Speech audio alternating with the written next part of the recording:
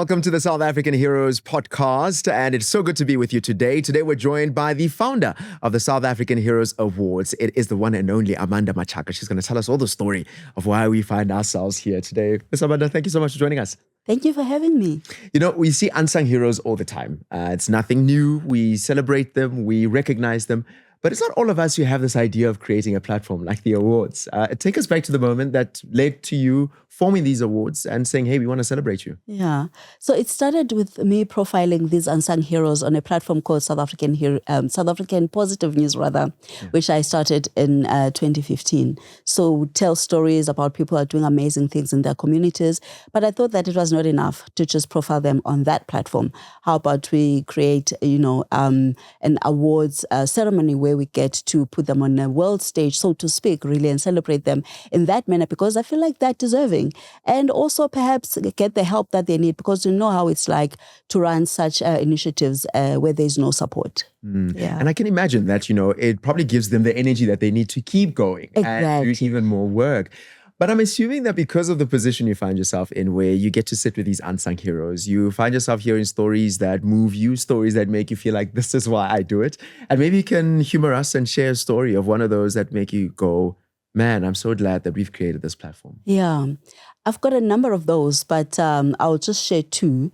So from when we started in 2019, that's when the South African Heroes Awards were started, there is an organization that is run by two ladies who are twins. They look after vulnerable kids as well as people who are struggling from substance abuse, having been people that, abused substance before and were able to conquer that. And at the time when they started and when they were nominated, they did have an impact, but not quite a lot.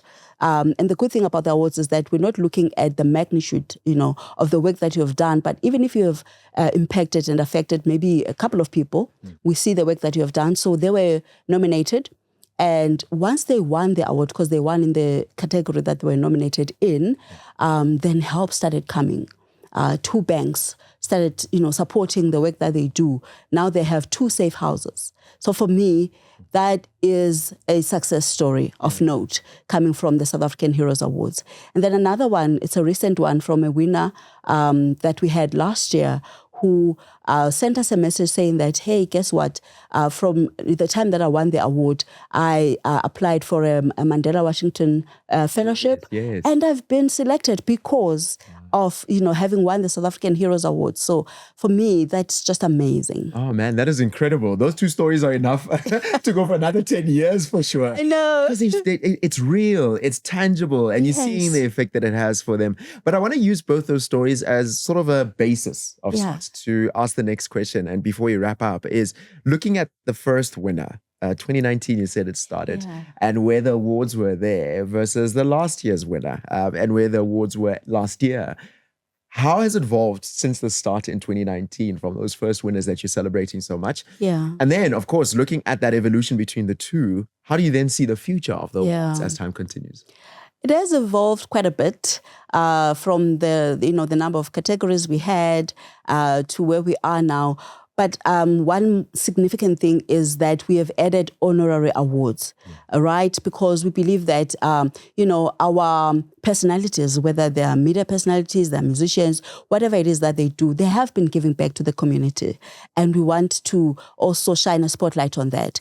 So we've been honoring people in the media space, whether they're musicians, they're actors, and saying that thank you for the amazing work that you have done, for empowering communities, for uplifting through your art. So that's the major thing that has changed over the years, and it's quite exciting. And I believe that will grow in that sector even more going to the future. I'm looking forward to that future. I think I'm looking forward to so many more people being able to say, I can't wait until I get a SA Heroes Awards because I'm doing some great work, and so many other people that becomes infectious to the rest of the nation. I think it's something that I'm definitely looking forward to. Thank you for your vision. Thank you for your heart and your grit to create this platform. I'm sure there's so many people who are grateful that you've taken a moment to spotlight them. So thank you for joining us today. Thank you so much for having me. Oh man, can you believe just a page off of the book that is a story of the South African Heroes Awards. One day we'll look back and think, man, 2019, everything changed because of this one lady who decided to form something incredible. That's all we have for today's episode of the South African Heroes Awards podcast.